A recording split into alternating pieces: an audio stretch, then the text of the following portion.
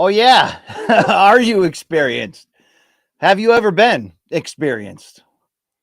Well, I have. It's Brian Campbell. This is my live chat live on Morning Combat. It's Tuesday, January 17th, 2023. This is a little bonus pepper that we sprinkle over that steak. That is the award-winning Combat Sports home on Showtime Sports Digital, CBS Sports.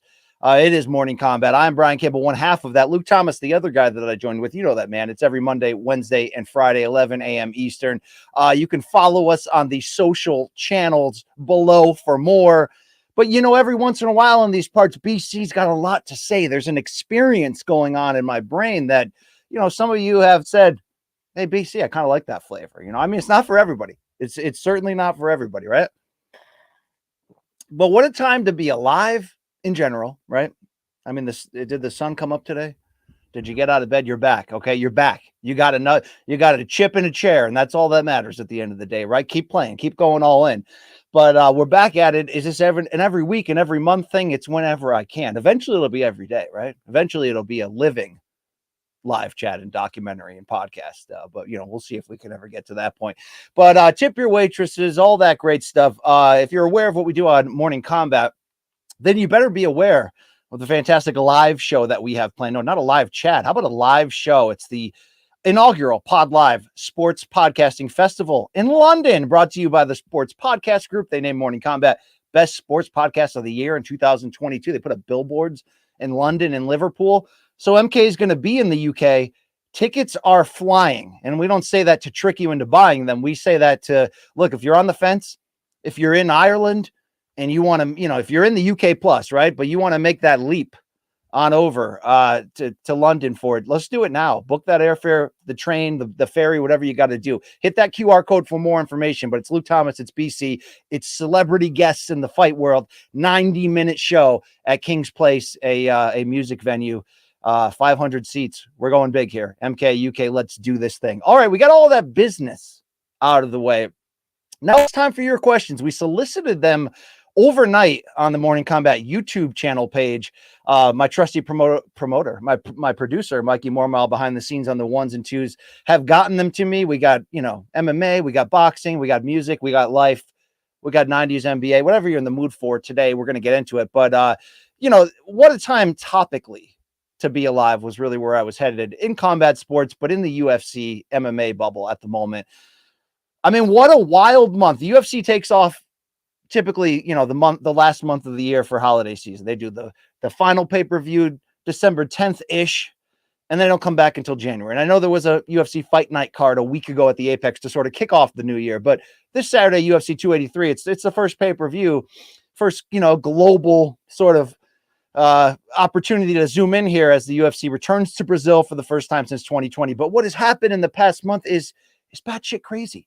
And it doesn't matter what side of the line you're on. If you're on the other side in some category, you say, hey, BC, MKLT, you guys are, you know, becoming unlistenable because you're fighting so hard for certain battles and rights, or you just won't let this Dana thing die. Or maybe you're on, you know, this side of the line and you say, no, this is such a great sport. It's such a great promotion, to be fair. That is the face of this sport, the UFC. But not everything's perfect, and some things do need change, from fighter treatment to a lot of different things. But could I imagine that everything would go on in the last month? Gambling, domestic violence, Francis Ngannou, a free agent. I wouldn't have predicted it would all hit the fan at the exact same time. So maybe there's at times a little bit too much, you know, screaming at the moon that the sky is going to fall and UFC is going to go under, which I don't believe or want. But I do want some change to happen, and it's hard not to open up any broadcast without talking about that big story. Francis Ngannou, free agent. He can take MMA offers. He can go over to boxing. He can do celebrities. He can do whatever the heck he wants. I know he's going to be sitting down with Ariel Helwani, our friend in the business, for really the first time to get all of this off of his chest since this happened. But the remaining fallout, and Luke Thomas and I covered the reaction to it, of course, on Monday's bonus MK episode. But I mean, it's wild. It's wild. And yes, as optimistic and sort of like Robin Hood-y as I have been on this specific topic, that if there is going to be change in this world of how fighters are treated, of the ability to lessen the overwhelming control UFC has, these contracts that never end. It's going to take somebody with something to lose that's going to stand on their own feet, the phrase bet on yourself, and go after it. That person right now is Francis Ngannou. And before that, that person was Randy Couture, right? Or before that, it was other people who have tried different things. I mean, not counting the Bjorn Rebney, union experiment, which was well-intentioned, of course, but just didn't really go anywhere in the end. You need major moments like this. You can't have where we're at in Major League Baseball without Curt Flood and Marvin Miller behind the scenes with the union, fighting for rights. And I didn't want to paint such a romanticized picture that Francis is automatically now leaving the UFC, just going to get everything he ever wanted and everything's going to be great. I mean, it may not be, but that's the risk he's taking. And I think it's a worthy risk. And I think in his unique story of everything he had to go through to get here, and the fact that if anybody, we're talking about Ian Heinish's life deserves to have a movie made. Absolutely. Deserves to have a room service diaries made too. But I mean, Francis has the ultimate life story of going against the wind and just finding a way no matter what. I mean, his journey of just getting from Cameroon to France is insane. His journey of sleeping in his car to try to become a pro boxer and then finding MMA. And then, 3 days later, it felt like becoming a UFC title contender is insane. But I think in this case, the risk is worth it. But I don't want to overdo not identifying that risk and just be like, oh, everything from here on out is going to be fine. He won over with the UFC. It may not necessarily go fine. There may not be promoters willing to fall over and throw millions at him for him to presumably walk into their, organization and be their top guy. It depends, it depends on what he's looking for contracts and what he's going to do. But everything he does in this short-term near future here is new and fresh. And I think every fighter needs to pay attention to. It may blow up in his face. He may take a boxing match and get served, or maybe the pay-per-view sales are bad. I mean, there's a lot of ways this can go bad, but change is never going to happen unless somebody with something to lose attempts to stand out and try to make it happen.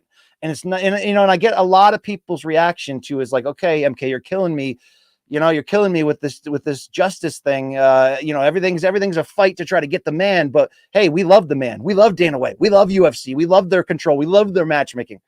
I agree largely to that.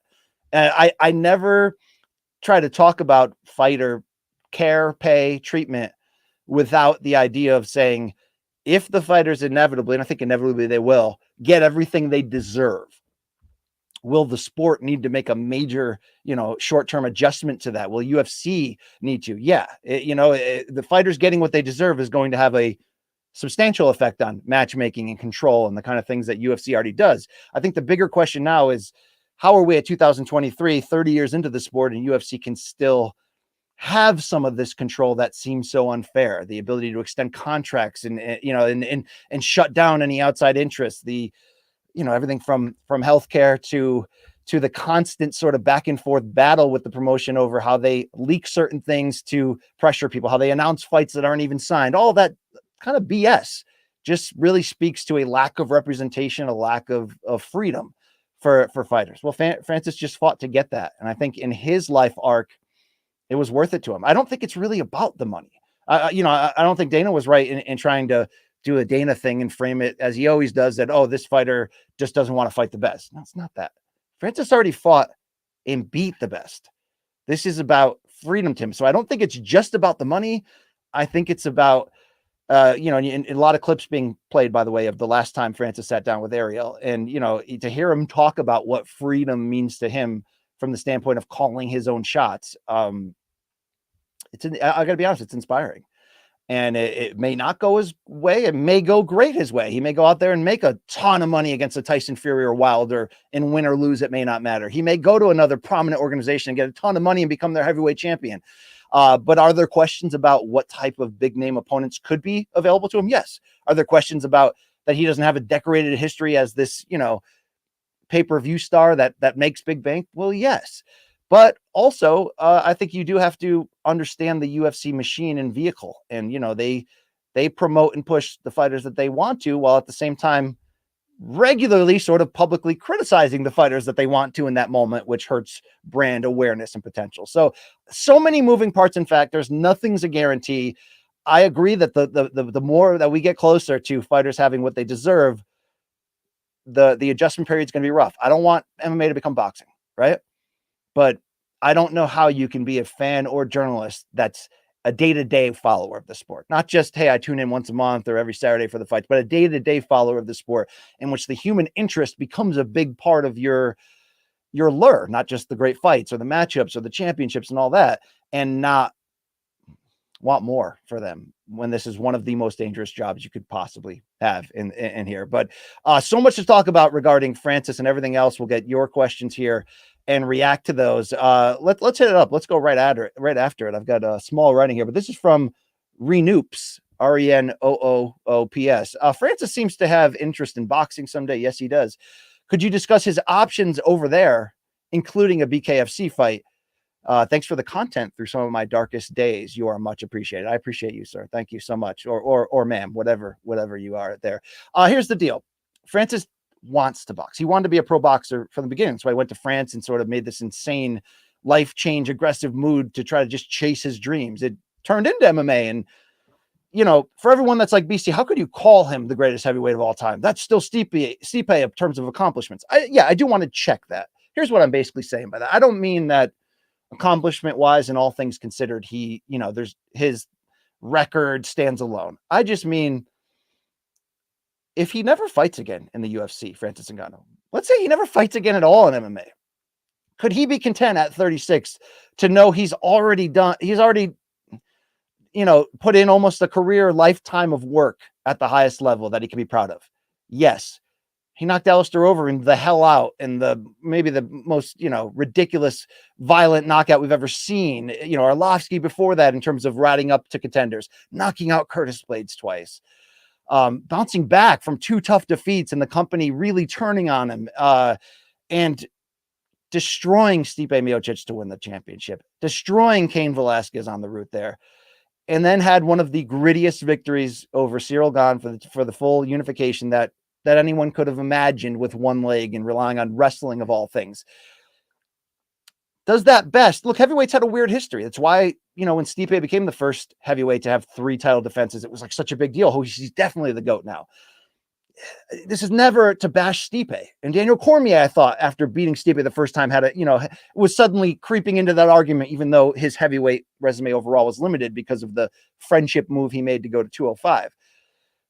But the Francis that beat Stipe was the scariest individual I've ever seen in a cage. Was the idea of that a heavyweight could evolve to that level. I mean, he also used wrestling, takedown defense, and pure wrestling in that too, to get top position and then ground and pound. We were just like, oh, if he can do that too, what the hell could he be? Okay, now we're a few years removed from that fight, and he's had devastating knee injury that he's been out a long time and has to come back. Look, a lot of questions, a lot of freaking questions. Luckily, he's in a division that you can age late. But I always had a problem calling Stipe, without a doubt, the best heavyweight of all time. Well, first of all, because of Fedor. But I think this conversation always seems to just encapsulate the UFC, because we all recognize that Fedor is never, probably the greatest fighter that never had a UFC fight. And on top of that, even with being in a much earlier prehistoric era, dude, what that guy did and accomplished, it's hard for any heavyweight to try to make the case that they're better all the time. But as great as Stipe was with the title defenses, and dude, he's great. And he's still in there, by the way. He's still fighting. I thought Cain Velasquez was the best heavyweight I've ever seen in UFC. Not just one night, but, the when he was at his very best, which, of course, was many times taken from us due to injuries and long layoffs. But the Francis I saw on that stretch that led up to him winning the title and those ridiculous knockouts, and then, you add in the Gane fight on top of that. Yeah, that's the greatest heavyweight I've ever seen. So I'm okay saying that. Okay. So the idea that he's always wanted to scratch this boxing itch, again, I think it's much more than money. I think it's much more than, I think it's about, I have this dream, I have this goal, and I want to accomplish it. Is it an uphill battle if he's not searching for crossover celebrity fights?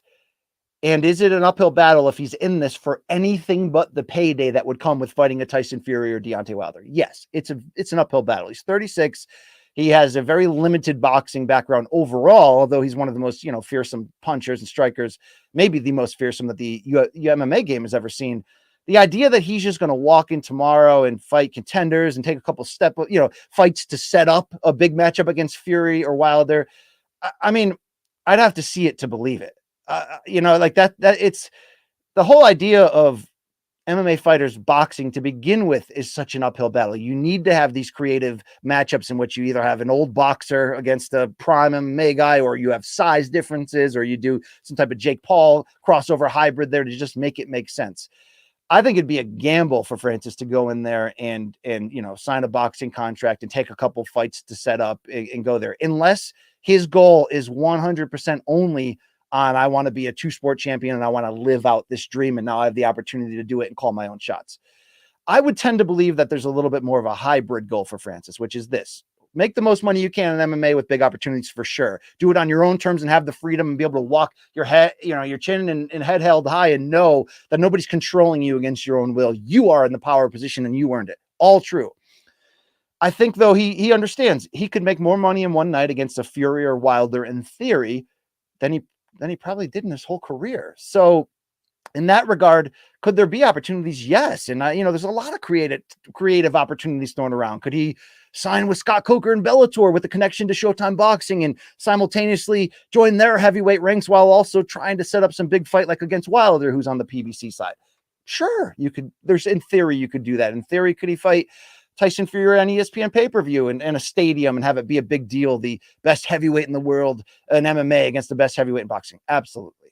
Do I feel like there's a huge need and a call for that? No. So I think we'd have to temper some level of pay-per-view expectations, but I think it would still be a big deal. It would still make him a ton of money. I don't believe he could or should go the ranks of like trying to become a legitimate boxer, but I will throw out this asterisk out there and say, if anybody could do it, it might be Francis. And I'm, too in depth on the boxing side to take this leap of faith. Like a lot of people, like a lot of MMA fans took for Mayweather McGregor, right? People took this leap of faith that, well, Floyd's old and, Connor's a pretty good boxer. I mean, like, it was that fight was designed to test how much you're willing to take that leap of faith. It was also just a circus perfect storm event that we had to see it. If anybody can pull something crazy off, I've gotten to the point where I'm not going to doubt Francis Ngannou. But yes, it's an extreme uphill battle. How would he be in boxing? He'd have a puncher's chance for the most part, but he's also huge. It will come down to how much he actually trains pure boxing throughout his run outside of MMA, because boxing and MMA, striking in MMA is different than the stance, than the weight shifting, than footwork, than everything that comes with pure boxing. I mean, could he do anything against Tyson Fury? It's really hard to believe. Could there be a modified rules within that boxing match that could make it more interesting? Sure. What if you did that in an MMA cage with 4-ounce gloves, which Tyson has seemed to say he wanted to? I'm not going to say that these are the type of events that I'm like, yeah, Francis, let's do this. I can't wait to give my $100 to you.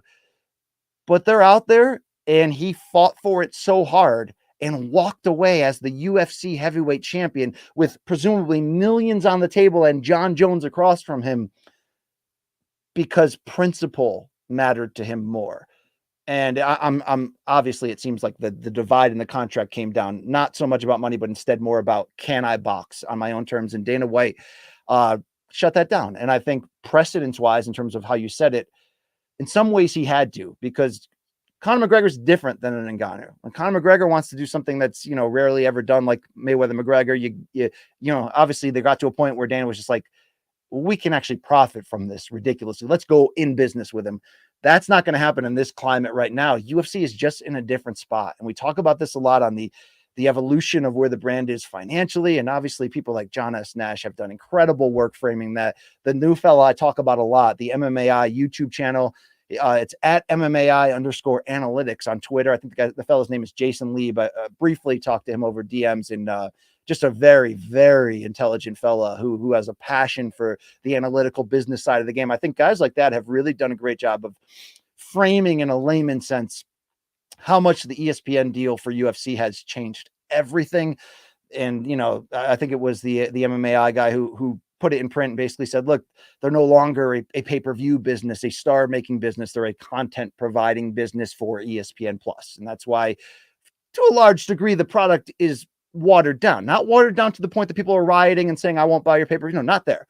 But we have a card almost every weekend, and the quality of these cards at times takes big peaks and valleys. It is more about the churn factory that is becoming Dana White's Contender Series, to bring in the new blood, fill them up on the cards for low salaries, and have them fight their balls off to try to, climb that ladder and become that 1% of the people who actually get paid really well in the UFC. But crazy irony, of course, tied into this Ngannou news, that Jon Jones is now the savior and the hero, and everybody, I think rightfully so, is pulling out all the Dana interviews and quotes of the last 3 years where he's criticizing Jon, and now suddenly Jon's the one who wants all the big fights and wants it.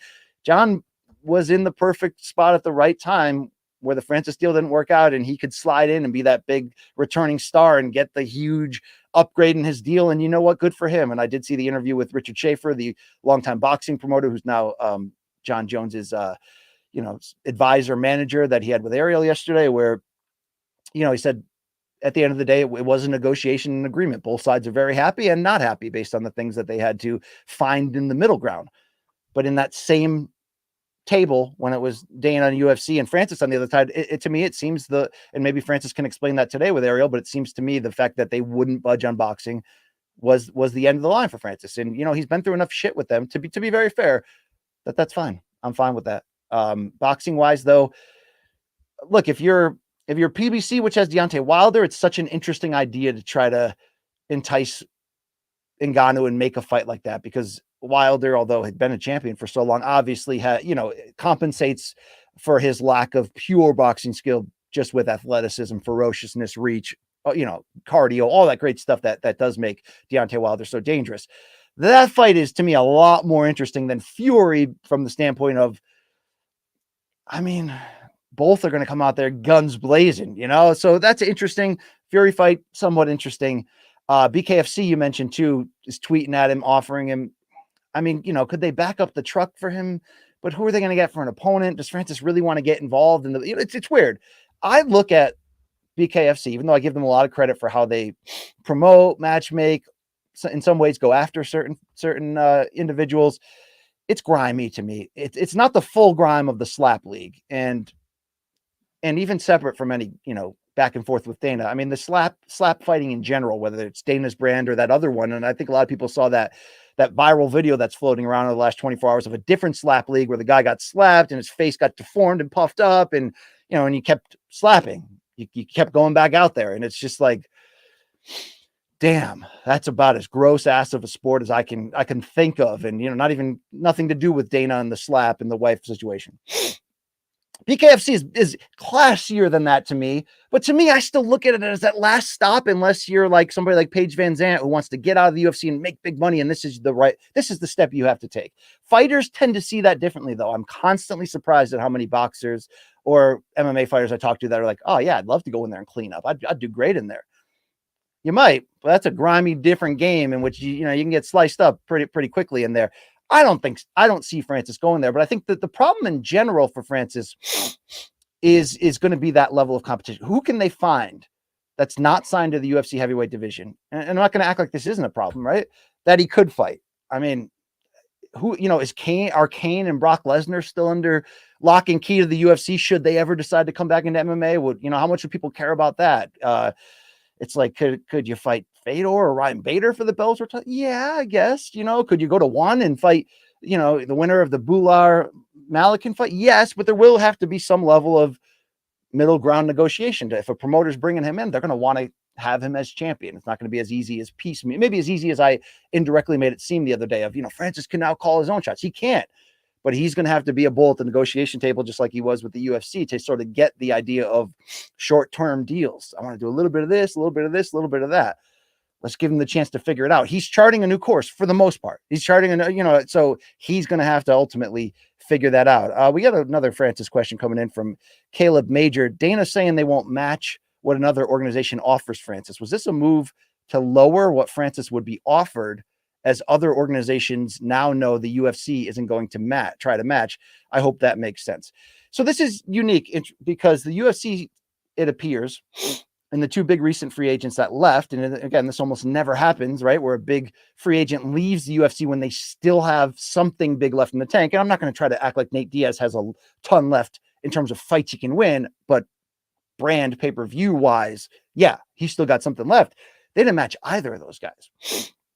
The Francis one, I don't agree with your comment, although thanks for the question in terms of did they do it just to keep his, his bottom line low? No, I think that the divide in the negotiation table was the boxing. Francis wants the freedom to do what he wants. And, some people said maybe he can go to WWE and wrestle Brock. I mean, maybe, but now he has the ability in theory to do whatever he wants. I think that was the breaker. And UFC's like, why are we going to, I think UFC's in a spot right now where the PR machine has swirled up so much shit around them, most of it self-induced, to be fair. This would be really bad PR if they went through the hell they went through with Francis. They got to this point, they almost made the Jones fight, and now they were, in theory, going to just hold him back and constantly match other offers. It'd be a waste of money, it'd be a waste of time, and it would be really bad PR in that regard. So, no, I don't think that's the case at all. I think the Nate situation was, I'm gonna be really honest with you. Here's what I think really happened in the Nate situation. They didn't want to burn monster bridges with Nate on the way out.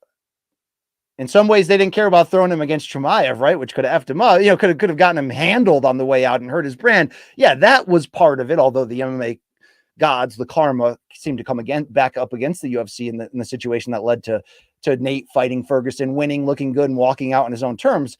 But when we talk about Conor McGregor coming back and the UFC having at least one major lottery ticket to cash in of a big fight when he does return, is it against Chandler? Is it against, whoever, right? RDA? What do you want to do here, UFC?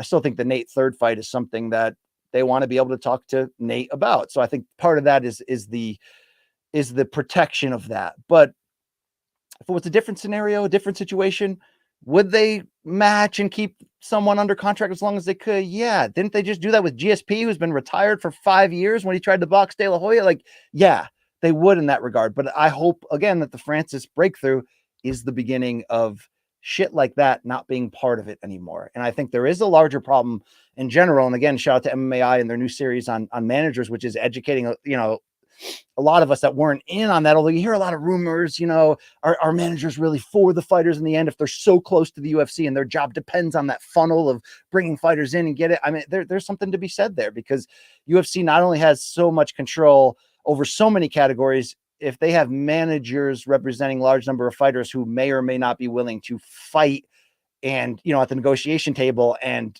risk future opportunities by doing what's right for the fiduciary responsibility for their fighter, which is in essence the definition of a manager, then yeah, we have a lot of larger issues here. But Francis leaving was a major stumbling block in opening up the door and bringing in more light, I think, for future stars of the UFC to try to slowly learn how to maneuver a little bit smarter. I think, a major problem, and it's why Dana and everybody else, when the idea of unions come up in MMA, everyone's like, well, good luck to them organizing. Yeah, there's a large problem in the MMA fight game of fighter ignorance. I'm going to say this, and it's not meant to take a shot at them, but I don't think there's enough, boxing too, I don't think there's enough people with the businessman mentality. A lot of times that's something you have to learn on the job, oftentimes through missteps of your own, unless you were able to hook up with the right manager, promoter, agent, or whatever, who has your back and is a maverick and is pushing through and fighting through. I mean, even Francis's situation, a lot of rumors that he left his manager and was negotiating on his own of late. It reminds you that we are so far from the real change that we'll eventually see. But, I'm here for cheering Francis on, whatever he's going to do. And there are certain MMA moves he can make that I think are interesting, even though there are a lack of opponents. And like everyone's saying, look, PFL's got a ton of money, it seems right now. Although some people DM me and go, BC, how is PFL actually making money outside of the, smaller UFC deal they have? ESPN deal, that they have. I don't know. I know they have a lot of financial backing and a lot of celebrity financial backing within that. And there's been a lot of investments made. And I think for the most part, PFL has made some smart moves. But even though they don't have, a stable full of sexy heavyweights that I'd love to see Francis against, they also can offer, it seems, the potential of big money to launch their super fight pay-per-view division. And then it becomes, what can you do with Francis after signing Jake Paul to become this home for big money free agents that may or may not be still in their prime and looking to make the leap? It's going to be an interesting future. It could also, the walls could come up and Francis could find out it's harder than he thought, but you're never going to find out unless you're willing to risk it and take that. Let's keep the questions flowing here. Before I get into some other things, there's some boxing news floating around. that's somewhat ominous given the perennial state of where we're at in boxing, where, you know, the whole thing of the best don't fight the best. It's not always true, but in a big picture sense, in some big fights, yeah, you tend to have to wait a long time or sometimes not at all for them to happen. And to see Oscar De La Hoya, who his correspondence publicly typically can't be trusted or must be weighed with a large grain of salt. But him coming out and tweeting and saying, you know, we don't have a deal for Tank. You know, here's your deadline. If you don't make this fight, Ryan Garcia is not going to fight him if you don't send a contract. And everyone's panicking and saying, is this the next Spence Crawford, you know, Mayweather Pacquiao? Like, we got to wait on this shit. I don't think so. And I saw that Stephen Espinoza, excuse me, did it of Showtime Sports did an interview with Fight Hub with Marcos Villegas, where he basically said, look, there is no official final contract yet, but you know, Steven's a former lawyer. He was Mike Tyson's lawyer. He worked for Golden Boy under Oscar De La Hoya. I mean, he knows what he's doing. He said most times in big fights, that final contract doesn't get signed until the week of, but a lot of it is already agreed to either verbally or in writing about a lot of the terms. And what Steven said is this fight, which is proposed for April 15th, Tank versus Ryan, in Las Vegas on Showtime pay-per-view. But obviously, as we talked about, DAZN would have the ability to present the Showtime pay-per-view on their own streaming service and make a certain amount of money from that.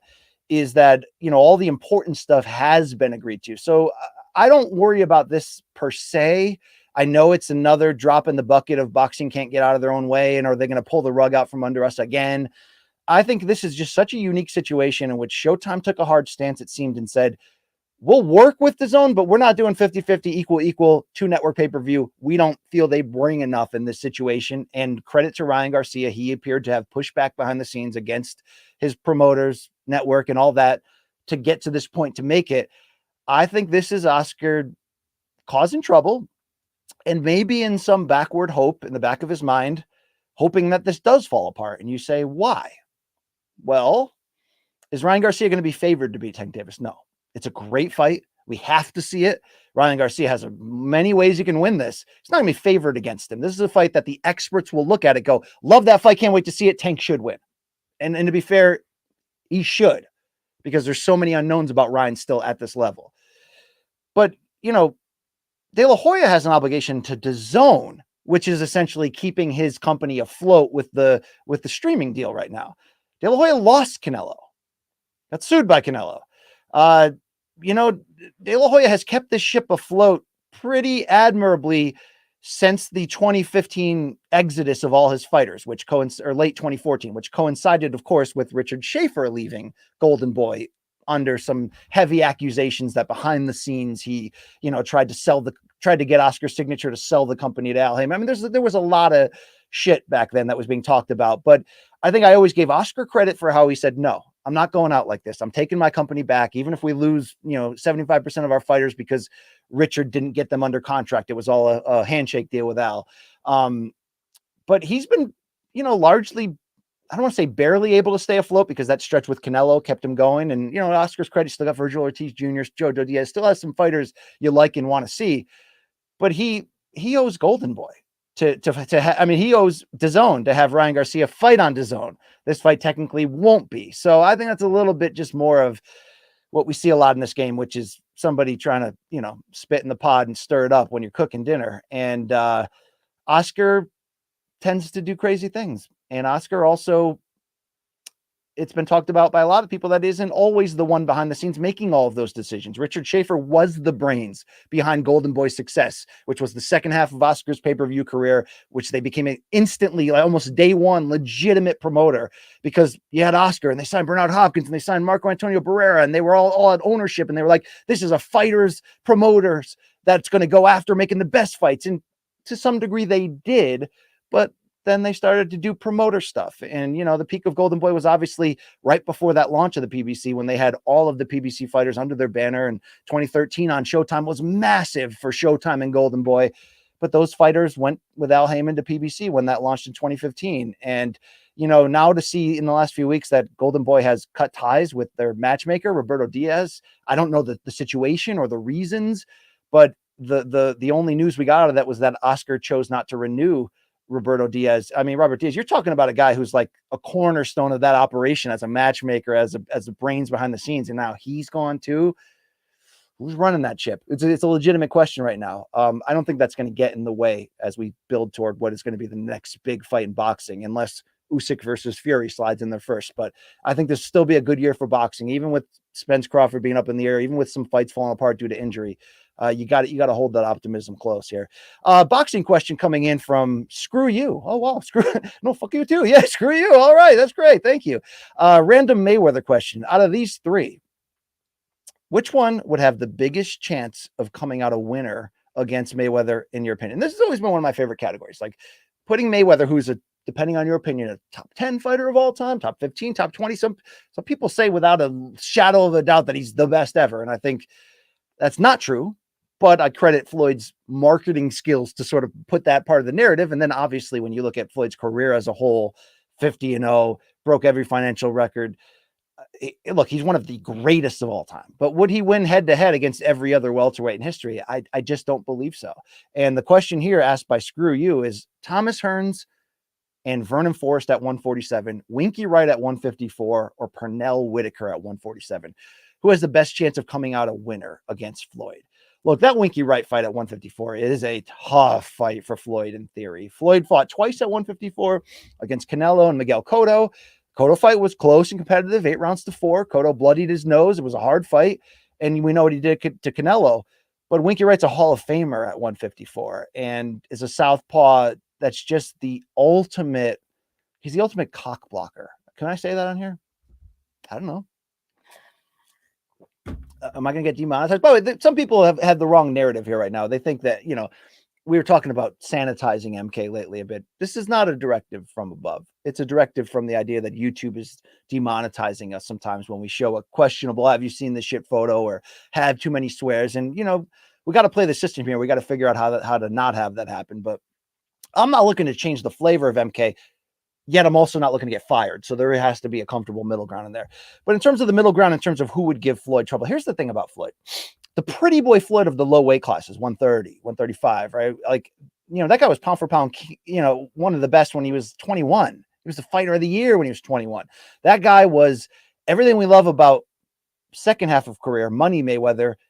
But on top of it, he was offensive in terms of intentions, in terms of his ability to walk guys down, land combinations, He had legitimate hand troubles, which put his career in jeopardy. I think that was one of the main reasons why he took such long stretches of time off after the De La Hoya fight and was only fighting once every year and a half. I mean, he had legitimate hand problems. And then when you talk about him moving up to 47 and then twice to 154, he didn't have the power to go punch for punch on that level. He's also purely more of a mover, a defensive fighter, and maybe the greatest defensive fighter of all time, to be fair. Maybe the sharpest, most technically accurate counterpuncher I've ever seen. But when you put him in the idea at welterweight against killers, against a Thomas Hearns who has long arms, speed, a piston-like jab, insane knockout ability, and by the way, because this, he came up in the late 70s before turning pro and, becoming a star in the 80s, that was back when boxing was still boxing and, a boxing gym on every street corner. And when you came up, those systems, you learned how to box. Thomas Hearns could box circles around people. Prime Thomas Hearns is a problem for Floyd at welterweight. Could he win it? Sure. But that's a problem for him. That's a guy who could almost match his speed, can box enough to not get fully exposed. And then with that length and that power, that's a rough fight.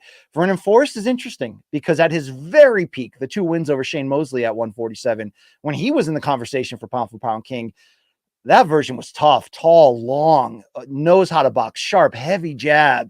Just could Floyd get the edge in that at welterweight? I believe at the end of the day, you have to be great for Floyd not to figure you out eventually, play the margins and find out how to outpoint you, because nobody's smarter than Floyd in that regard.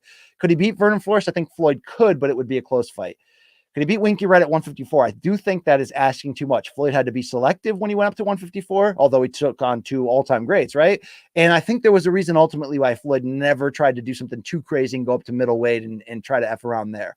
With the hand issues, there was limitations. And also, let's not forget, at welterweight, a monster part of Floyd's success, sneaky long reach, sneaky long ability to keep you at the end of his punches, harder to do in the higher weight classes. Pernell Whitaker is interesting because the speed, the defense, and the elusiveness is all Floyd-like. In some areas, maybe slightly better. But could Pernell be offensive enough? I like Floyd in that matchup still, but there are certain ones. I think prime welterweight Oscar is another one where you go, I don't know. That guy, quick hands, can box, can punch, and a left hook. I mean, look, to give Floyd issues at his welterweight peak. Sorry, in the third fight at 154 was De La Hoya. Don't dead wrong me. He had 3 at 154. The third one being De La Hoya, which was his first one. And that was a split decision, but in reality, it should have been unanimous. It's basically an 8 rounds to 4 fight. But Oscar showed in the first 6 rounds, even an old Oscar at 34, who wasn't always living up to his best outside the ring, he showed that there is a blueprint at welterweight that you could give Floyd trouble, but you got to have a big jab. You've got to have size, and you've got to also have that technical ability. And I think in Oscar's case, that one fight he had with Freddie Roach, he fought his balls off for 6 rounds. And I thought he was in that fight. And I think he combination of faded late, and also once Floyd makes the adjustment and starts walking you down with lead right hands, you have to start to ask yourself. And I think Oscar asked himself in that fight, May 5th, 2007, my wedding night, by the way. It's funny how that works out. That, do I want to step on the gas and try to win this and risk getting knocked out by Floyd Mayweather here? And I thought, he played the margins. He tried his best to win the decision. Lost a split decision. It was generous, but it didn't happen. Prime Oscar, though, at welterweight, the guy who fought Mosley, the guy who fought Trinidad, the guy who fought, Ike Corte, that guy's a problem for Floyd too. It's interesting, but I've questioned Floyd's matchmaking in the past. He got it all done in the end. He did it on his terms, but he got it all done. But his ability to figure another guy out and make the adjustments to completely turn the fight around onto his terms, that's where when people like to say that Floyd's the greatest of all time, and again, it's better than Sugar Ray Robinson at welterweight, it's better than Ray Leonard at welterweight. I don't, all in all, I don't see that. But he's in the larger conversation, and his ability to do what I just said, very few in the history of this game can do exactly what Floyd can, and could just completely turn the fight around in his favor, play that chess, and just take away what makes you great. Breathtaking, brilliant. All right, let's keep the fun rolling here. We got questions in a few different categories here. Let's go over to food here. This is from I Like Fights. What's the grossest food you've ever gotten from a gas station? For me, probably egg rolls. Thanks, Donk. Look, if you're buying sushi from a gas station, you're gonna hurt yourself. All right. I've done it. I wouldn't do it again. I've talked at length before on the Mass Pike, I-90. They used to squirt the cheese into the hot dog. I mean, as you're eating, beforehand on the inside, as you're eating that, this thing's killing you. It was gross. I mean, it tasted good, but it was gross. That's the thing. It's like, what does this question mean? Something that I tasted that was just all disgusting, throw it out, can't finish it. Yeah, I've done that at a gas station many times. I'm an expert on gas station cuisine. But there's another category of gross. It's the guilty pleasure gross. Almost like going through the McDonald's drive-thru, right? It's like, I know this is going to hurt me. I know I'm going to regret it. I know everything about this sucks. But man, those first 60 to 90 seconds, right? That drug hits the lips. Good Lord, that's something. You've been there a few times at a gas station too. But what do gas stations in the modern era? There's the elite ones, there's the Wawas and the Sheets that know what they're doing. All right. But you drive around America. You hit one of those oddball ones. They got fried chicken at the gas station. I mean, maybe in some areas fried chicken at the gas station works. In Connecticut, it's pretty damn disgusting. Been there. I really only trust at a gas station, and I can't anymore because of my liver for the most part. But the rollers are fine. Pizza can be okay. Burgers can be okay. Hot dogs is the staple. But you get too weird at a gas station, you're asking for bad things. And let me be the one who tells you, like Mickey Mantle when he passed away in 95. He's like, don't, learn from me. Don't be like me. He was talking about alcoholism. Don't be like me. Gas stations are the silent killer. Just because everything in there's for 99 cents tastes like, it's meal replacement, right? Oh, I stopped by, fill up on gas. Oh, I can eat with a family of 4 for $6.99. Yeah, you probably could. It's going to kill you though. So be careful there. All right. We'll keep the live chat going. Let's go over to music here. A lot of people I'm finding that are BC live chat fans also tend to like good music.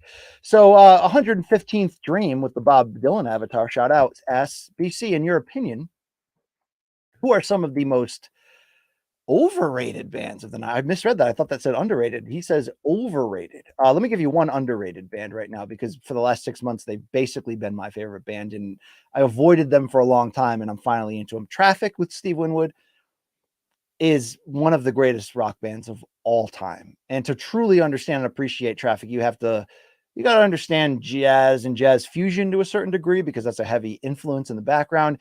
You have to, especially in the early albums, like that intersection, the intersection of the late 1960s between psychedelic rock and the early onset of progressive rock is glamorous. And there's different versions of it. It could be wild, it could be crazy. Traffic had a polished groove version of it. That's a insanely great band. And I think the closer you get into that, the more you listen to the early Steve Winwood solo records, Blind Faith, the supergroup record, whether it's piano, guitar, whatever, Steve Winwood's one of the musical geniuses of our extended lifetime. And I'm finally fully realizing that through Traffic. But you want to know what are the most overrated bands of the 1970s? This is hard because my pandemic journey, since the pandemic, when I got into vinyl, and I've got 600 records in this office and running out of space and room, and I look like a hoarder, is that it's been unlocking so many bands that I just assumed sucked from the 70s because classic rock radio lied to us. I mean, they did. They played stuff they know that people would want, and a lot of times it gives you the wrong impression of what a band was, or you take a interesting quirky song out of the full concept of the album, and you can grow to hate that song, and then you go back and you listen to the album as one, and you're like, oh god, that's a journey, that's brilliant, that's a lot of that going on. So really this has been about finding out that no, Fleetwood Mac is not overrated, no, Chicago doesn't suck, no, insert Elton John. I used to hate Elton John, and then I picked up about 9 of his out. He's probably the most prolific artist in the 1970s in general, from the standpoint of consistent top shelf across the board. Not all of it's for me, but damn, do I respect the art and the songcraft and everything going on there. There's very few, and so few, in fact, that it's hard for me to even jump out and say. I think that there's certainly some rough genre turns in the 70s. Disco is obviously a monster one in that regard. But arena rock / corporate rock, and to some degree, the connection between yacht rock. Now, I'm not going to bang on yacht rock because I've got a huge guilty pleasure for it. It's one of my favorite Sirius XM channels. Yes, it's the kind of soft rock that makes you feel like you're going sterile while listening to it. And yes, there are certain bands within that genre that are just, I don't even care if I like the song, I got to turn it off. I hate that band. But corporate rock is a little bit more of that, like Doobie Brothers, Boston. And by the way, I like both bands, so I'm not trying to shit on them, but the whole idea of this like rock music that's still powerful, but it's just like so overly produced and shipped off to the masses and stadium tours. And, then you collide it with yacht rock, which has the much more looser vibe to it. I mean, there are some yacht rock bands that I've discovered, like Seals and Crofts, like America, that I've just been like, damn, these are brilliant. They go, you can't just look at them and go, oh, that's soft rock, that shit. No, you got to dig in and you go, no, this is brilliant. But who's overrated to me? I hate to say it because I like them, but Bad Company to me is a little bit overrated. It's straight ahead rock. Paul Rodgers from Free. I mean, it's great. It's there's some elements to it that's great, but it's formulaic and repetitive in that regard. And I just had a few that jumped in my head. I'm trying to remember. It's definitely within the with the arena rock realm where you get into it. You're like, no, these guys. It's missing me. I got to keep the show flowing, but the late 70s is really where the real hit and miss comes in. Early 70s, the fallout of the 60s psychedelic movement, which became sort of mainstream rock in the early 70s, and the build of offshoots of hard rock to metal and all that stuff is just absolutely brilliant. The jazz fusion of that era, brilliant. Progressive rock to some degree, brilliant, but then it gets too much. Here's a good one. It's like I could tell you that Yes is equally the most underrated and overrated band of all time, right? Because the Indulgence, Emerson, Lake and Palmer is another great one. I could put on their 2 best albums, ELP, put on the headphones, sit in row 8, and just be like, damn, this is great stuff. But they got some indulgent shit if you go deeper down the catalog. Same thing. Styx is another one. Styx sucks. I mean, there are, I got a couple of records, and they'll hit you between the eyes with some good rock. But yeah, those are the overrated bands that really make me questioning, like, Am I losing my T levels while listening to them? Hey, to each their own, right? At the end of the day, let's go over down to the miscellaneous section here. By the way, BC could go all day here, speaking in the third person here. It's up to you if you like this and you want to stay for this content, but I could read you the inside of my mind for hours here. Let's go over to AAHS. What advice would you give to people who are losing interest or falling out of love with one of their passions? How can they deal with that and come to terms with that? Great question. Whether your passion is ends up being your job, which is the case of me, and I consider myself one of the luckiest in the world because, if I didn't have this as a job, would I still be watching fights? Yep.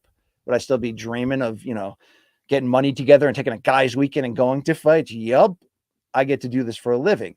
Not everybody else does, but when you hit these ruts where your passion no longer feels like your passion anymore, and if it's like, guitar and you do it on the side, you could just give it up for a while, right? It's not a big deal. But when it's your job, you can't fake it anymore. If it's something that you feel like you're just in a season of despair or disillusion, take a break. Take a break if you can. Or pick a different lane that's slightly connected but not completely. And that may just re-energize your passion. There's a real thing about life cross training. And I don't mean that necessarily in an exercise sense, but I mean the same simple theory. And I think I coincide that with when I look back at my life and people say, hey, BC, what would you change? And it is to some degree, the whole Back to the Future effect, when they altered history and people started disappearing from the picture. It's like, you can't alter history too much because you need to take those L's and learn from them. You need to have failed miserably. You need to have experienced awful things to motivate you to never experience those again, or to learn lessons of how badly you hurt people, to grow and heal and all that. So many things like that, but the idea of cross training across your life, of trying different interests, of doing different things, it all matters. When I look back at just specifically my career, there were so many turns that were beyond my control. Let's say I was at ESPN and I was working on something that I loved and I was passionate about, and that thing got stopped and canceled. And they said, no, you're not doing this for your job. Slight things like that have happened.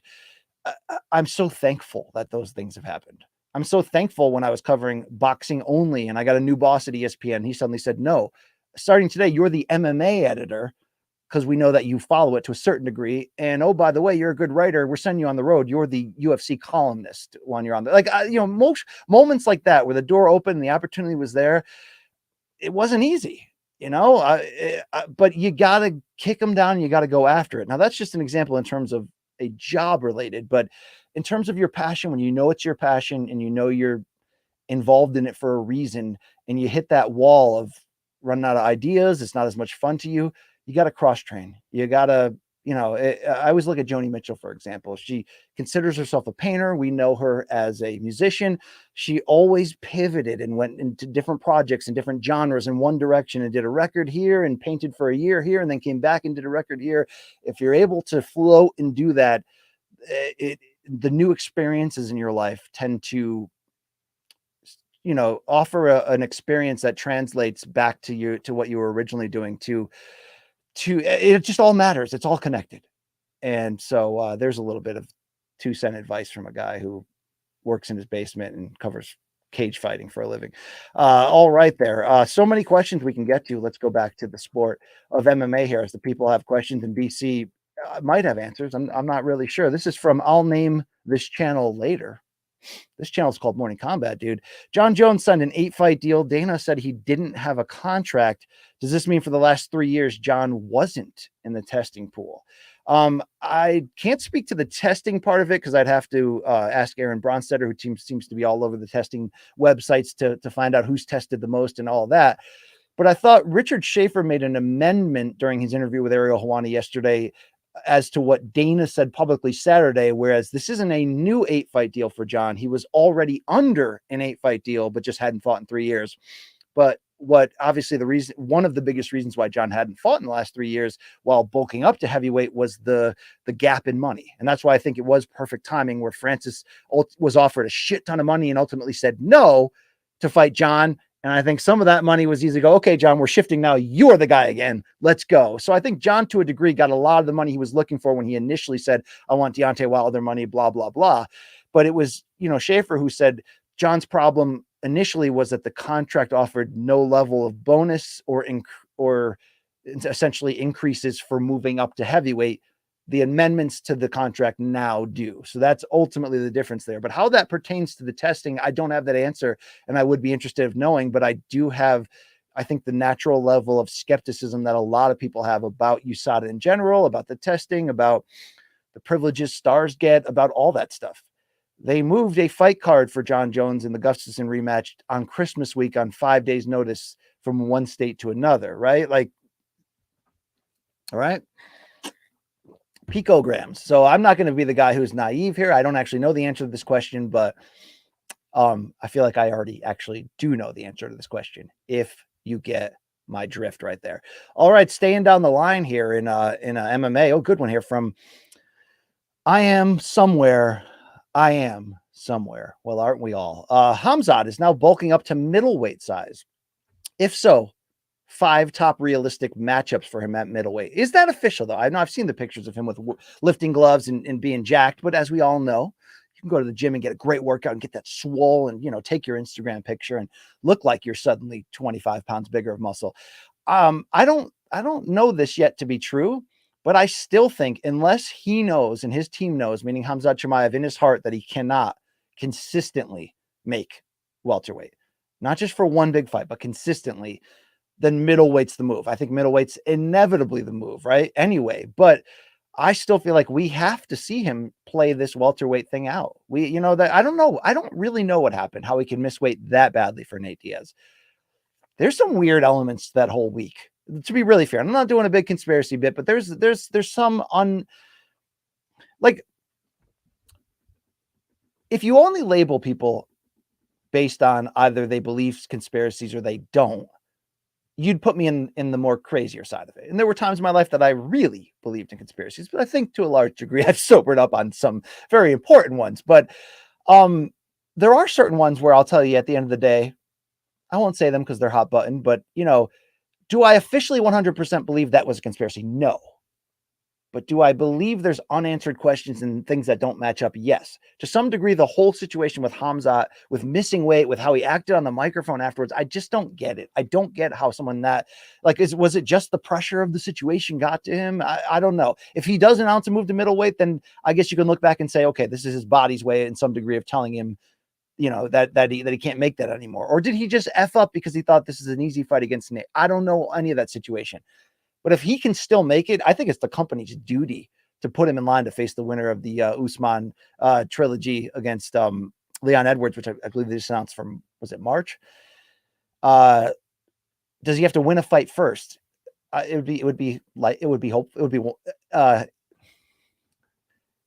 would be preferred by me, because I don't think you can reward a guy for missing weight that badly and blowing that situation. Now, he did come in there and just absolutely destroy Kevin Holland in the same regard in the last minute situation. But let's play that welterweight thing out first.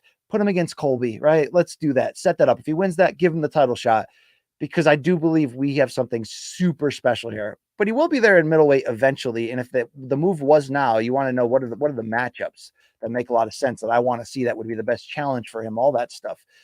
Well, I mean, it's easy. You just look at the top. I mean, would you not want to see what his aggressive, dominant wrestling side mixed with that dog that we know is that is in him, that came out against Gilbert Burns, that I think was showcased against Gilbert, meaning he didn't have to fight that way, but he wanted to show you he's a problem for everybody. He's a problem for everyone in this division, from Adesanya to the current champion Poatan to Whitaker to all of that. The matchups are so interesting, but we still don't know a ton about Khamzat Chimaev. We know up to a certain level of competition that he can ragdoll folks, embarrass them, put them away in a couple minutes. What about when you start to find legitimate pushback? That's sort of why I want to see this incrementally done at welterweight first, moving up to middleweight.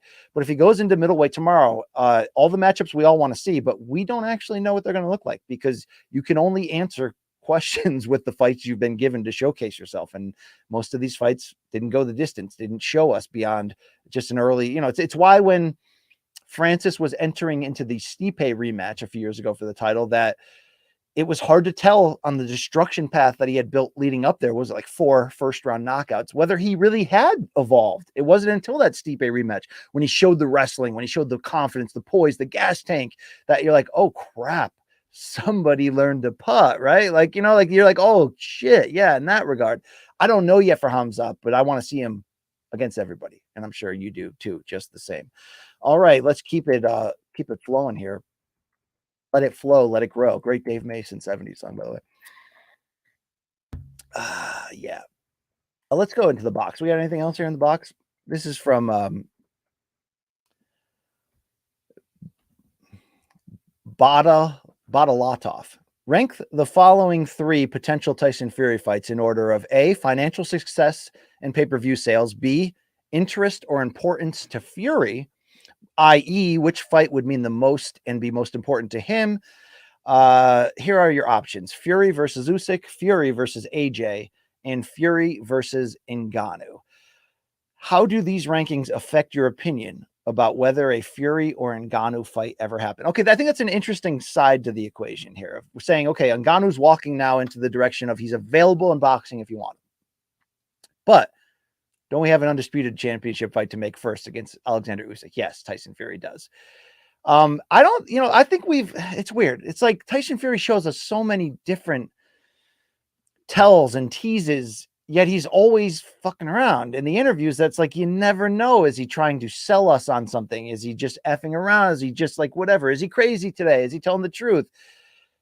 He's going to be favored against every single heavyweight, and I think he beats them all. So know that as my foundation. But I was nervous leading up to here that he was going to try to find a way to not fight Usyk for whatever reason. I don't think there's any direction he can go but right through that now. I don't think that's the fight he wants the most. So if I ordered these, you're asking me to order these in terms of overall Tyson's interest mixed with how big the fight would be and how important it could be. I think the fight Fury wants more than anything for his career is Anthony Joshua at a soccer stadium, all Britain opportunity for the most amount of money they can possibly get, and, attendance records and all that. I mean, to be fair, he was willing to kind of shoehorn that in December if it was possible, and it wasn't. And I think, Joshua's got a lot of questions to answer about the training team moving forward, what style he's going to impart. But I do think we will see Joshua 2 to 3 times this year, and I think he's going to bounce back and be ready to be in big fights. So I still think we're going to make this fight regardless. And I think, AJ has to be back for this fight to really matter in that regard.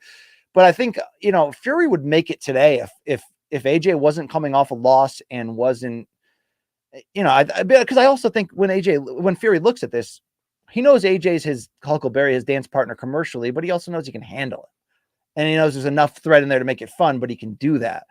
I think next has to be Usyk, because I think there's a lot of pressure on Fury with not just the belts, but the sport, the money involved and all that.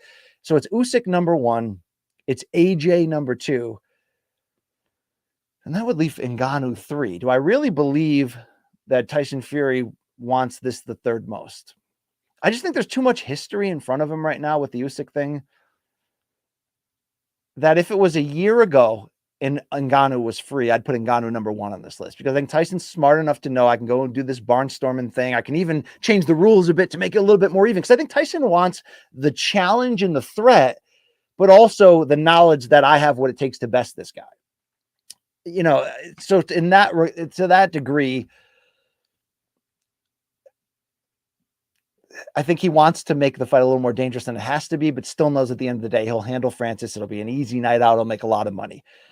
Right now, I still think that would be 3rd on his list, but could we see it this calendar year? It's an interesting question. What if we do see Usyk versus Fury in the first half? Let's say Fury wins. Yeah, I think we kind of probably start building toward Ngannou, because Joshua's still going to need some time to come back. Fury would have all 4 titles. There wouldn't be a ton of pressure, I don't believe, on you owe this mandatory, right now, we got to do this. So I wonder if we do see that this calendar year. It's interesting. It's an interesting question. But I think what I'm trying to say on this long-windedness on Fury is that he's not afraid of anybody.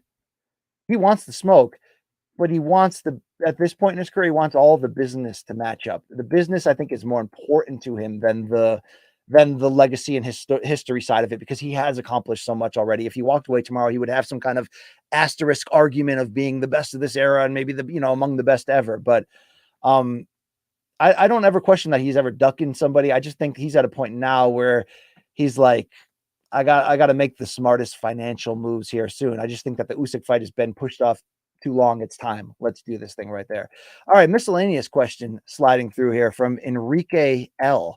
Luke often mentions his last breakup, I think relationship wise, when people ask how to deal with heartbreak.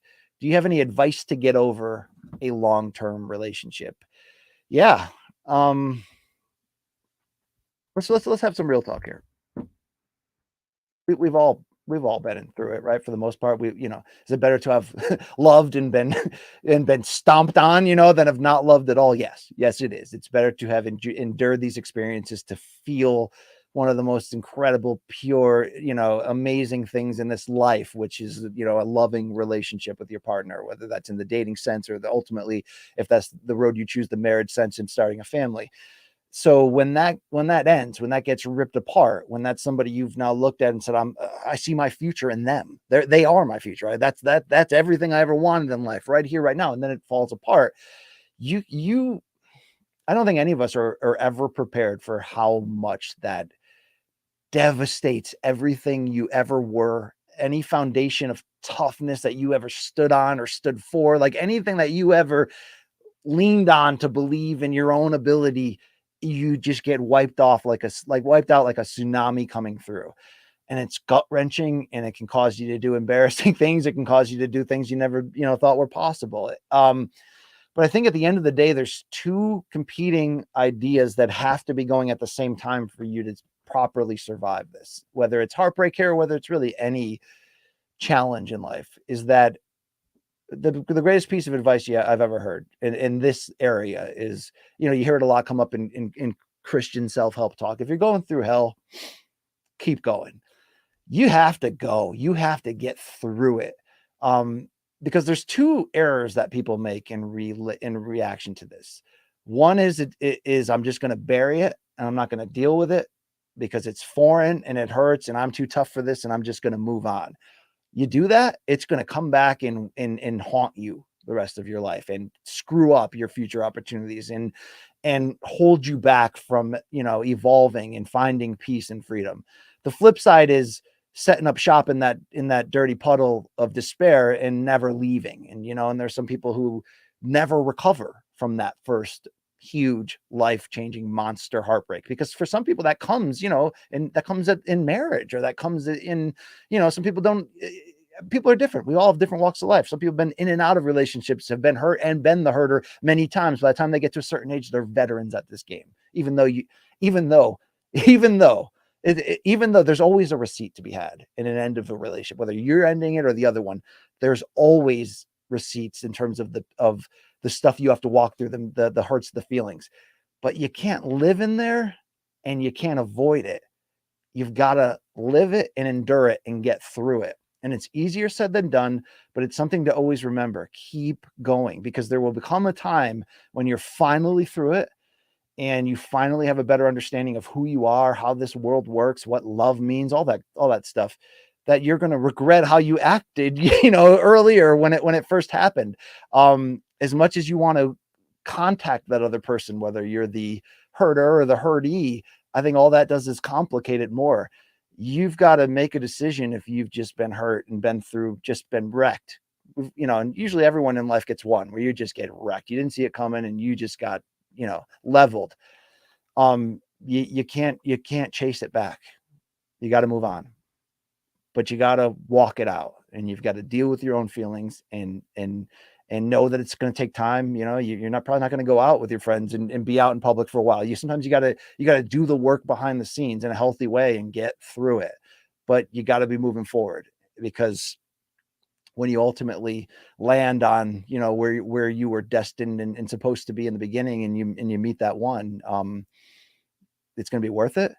And you will be in a much better position to have gone through the experiences you have to know what, it's like you never know how to treat somebody until you try and you mistreat somebody, right? It's like that's the ultimate teacher in life, and in some ways, on the flip side, you never know how much you actually deserve in a relationship until you for a long time don't get what you deserve.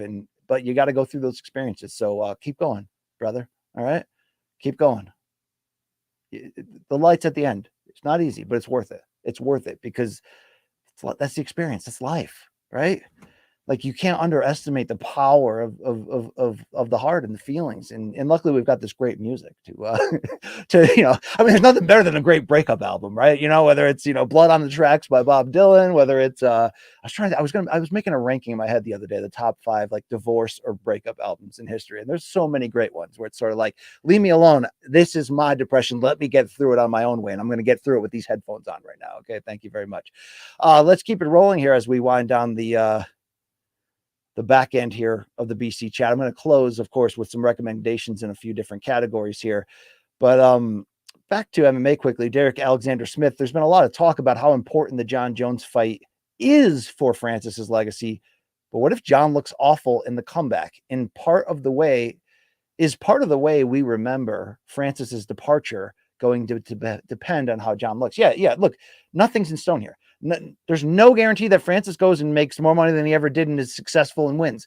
His knee may never respond. He's not young, although we're not in a panic situation. He's 36 at heavyweight. He's in his prime. But then there's zero guarantee. There's zero guarantee that he doesn't go in there and box. Like let's say he does something that I wouldn't want him to do, which is trying to build to Wilder and Fury, take on a credible heavyweight, but who's on the down end. Like imagine if you fought Derek Chisora. A lot of people are saying, what if you fought Chisora? Don't fight Chisora. Okay, what if you go in there and you guess out, you get knocked out, it goes badly, you're going to risk and ruin that future payday. There are ways this goes bad. Now on the flip side, Jon suddenly the hero sliding in here to some weird degree from a UFC sense, and there's a chance this 3 years was everything Jon needed physically and mentally, even with all the self-enforced errors that he's had. I mean, some, unforgivable errors to some degree in certain areas of his personal life, but he's motored through. He seems to be in great physical shape. There hasn't been a ton of interviews, but the stuff that we're seeing from that Henry Cejudo and the captain Eric Albarracin are putting out, who they're now members of his camp, he seems happy. I saw Richard Schaefer's interview. He seems ready to go. It seems like until we see him fight and win or lose right now, it does feel like this in the long run, maybe this break was what Jon needed. And all the greats, they do need a break from that grind. And that could be a great fighter, a great artist, or, whatever. Like you need to step away at some level in not your early prime, but your mid to late prime and refresh. This wasn't what Jon had planned to do. No one thought he'd be gone for 3 years. But there's a scenario where Jon just goes out there and does to all the heavyweights, Gane included, everything we thought he ever could. And, let's not forget that when you move up to heavyweight, especially from light heavyweight, there is, like the speed is going to could potentially be something. I know Gane is not slow. So that's why this matchup is so interesting. But, there is a scenario where Jon just goes in there and does Jon Jones things. And we go, wow, that 3 years really helped him kind of just, reboot. And here we are, Jon Jones 2.0. But to your point, there is and also a reality that he goes in there and just gets handled or fights great, but gets knocked out. I mean, there's so many ways you can lose in this game. And Jon's ability largely to not have done that, right? Short of the Hamill DQ. And maybe you thought Reyes or Maheta beat him, or maybe Gustafsson in the first fight. I'm not saying I'm a truther of Gustafsson had a case, but it's not so much GSP versus Johnny Hendricks for me, but I think there's some argument in that first one. But yes, if Jon Jones goes out there and gets wrecked,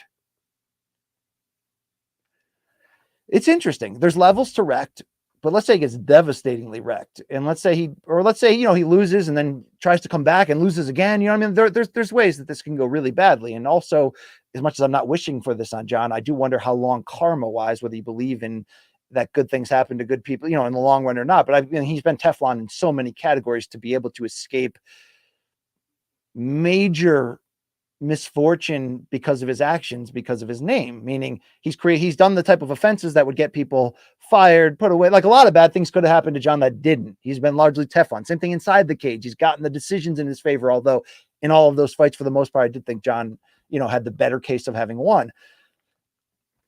At some point, the bad luck's got to, MMA wise, the good luck has to run out to some degree. I don't know. But if Jon doesn't do it at heavyweight, if he goes in there and loses this fight, loses the follow-up, and, I don't know, is there a scenario where he could cut back down and just continue as light heavyweight at that age with that muscle? I would have serious doubts. We all remember the Roy Jones-Tarver situation.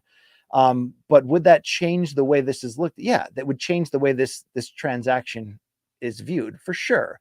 But I also think, outside of just the precedent of Dana not wanting to give in to Ngannou's boxing demands in that regard is, they're in a great spot because, Jon Jones could go out there and beat Ngannou and be the greatest of all time. And he's already a proven draw and people are interested and he crosses over even despite his own setbacks that it's like, okay, we may have in a weird degree upgraded because of the questions facing Francis. Possible. It's also possible if Ngannou blows away Francis that you just go, okay, we finally have it. Here's your real heavyweight 2.0, the guy that can do it all and do it dynamically. There's a lot of ways that can win. There's also a lot of ways that things can change and look back at this. It's like that Demetrius Johnson-Askren trade. I think at various times we thought various things, but now we think, okay, in the long run, I mean, I don't know. It was almost a push. To some degree, it was. I mean, if you look at it as Askren was used to put over Masvidal on a level we never thought possible, then does that help that trade to some degree? But things change in terms of how we perceive them based on different things. If Jon goes out there and gets wiped out, even with the idea of Ngannou still being a star they can build around and lean on, I think you're always going to say what if, and I think certainly on the idea of Ngannou versus Jones, you're always going to say what if.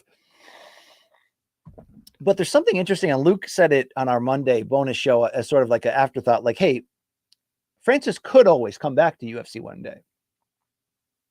That's the interesting part for Nate too, right? That's why I left that open for really anybody.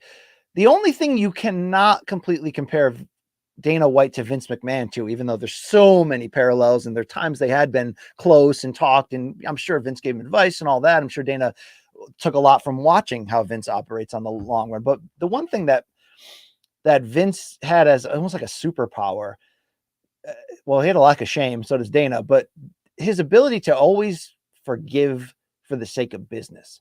Like Vince could get in the same type of things we accuse Dana for in terms of holding grudges against people or holding people back or all that stuff too.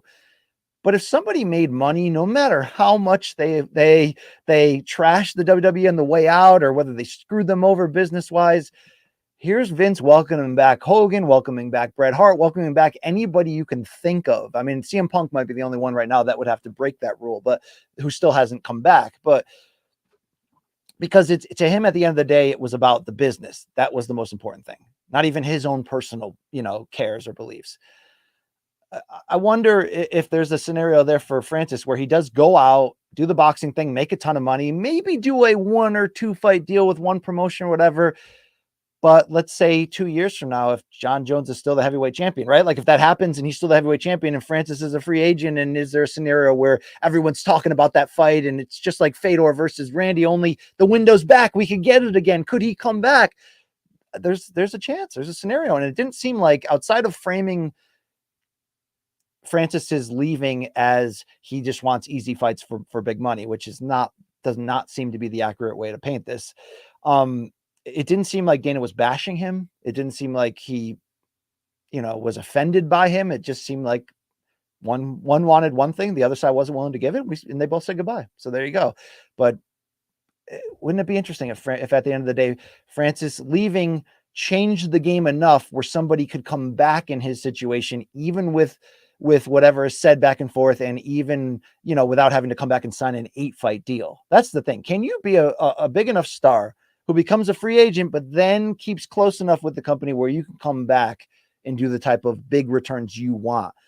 UFC understandably tries to limit that unless you're somebody like a Lesnar level, who anytime he'd be willing, they'd open the doors back up to a certain degree throughout most of that gap between his appearances. But it's interesting if things change over time. It's interesting if in 3 years from now, if Dana's still in power, and whenever Dana does leave, does that radically change fighter treatment, or is the fighter treatment more of a institutionalized financial decision by the company, in heavy part influenced by Endeavor and the EBITDA, EBITA, and all that John Nash financial stuff that those guys are brilliant at understanding, that I can't even balance my own checkbook, so I barely can speak here. But how different will UFC culture be for fighters in 5 years, in 10 years? It's very interesting. Obviously, the guys, most of the stars from today, by the time major change happens, probably won't still be active or still be part of it, but you never know. And it's going to be interesting to see what the long form impact of this Francis decision situation ends up being for him, for everybody. That's why I do think it's bigger than just, a 36-year-old heavyweight coming off of a knee injury who didn't get everything he wanted, walked away. No, to me, it's much, much bigger than that. Food question here from Young Dirty Flacco.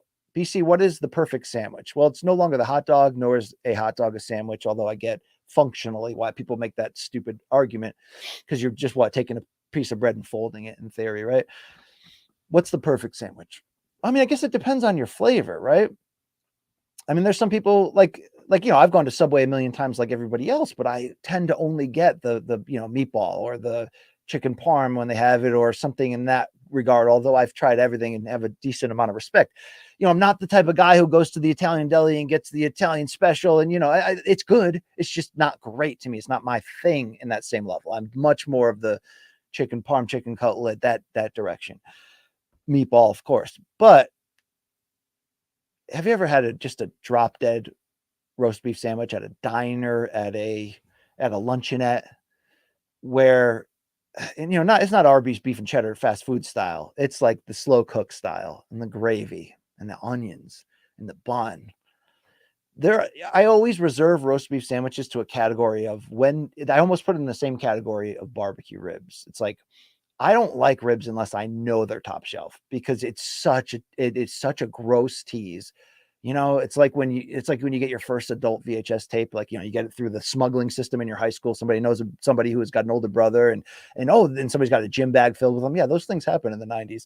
And then you just get a gross tape and you're like, oh wow, what a waste of time and effort there. Anything short of top shelf in barbecue ribs is just an insult. But let's say you get a great one. There's no better meal in the world. Roast beef sandwich is kind of like that. So that's sort of the perfect extreme sandwich to me. But everybody knows in my life, I guess it's my weird guilty pleasure. I don't think it's guilt. I'm not guilty at all. Guys, peanut butter and cheese is a badass sandwich, has been, will always be. And every single person in my life has said ill when I mention it.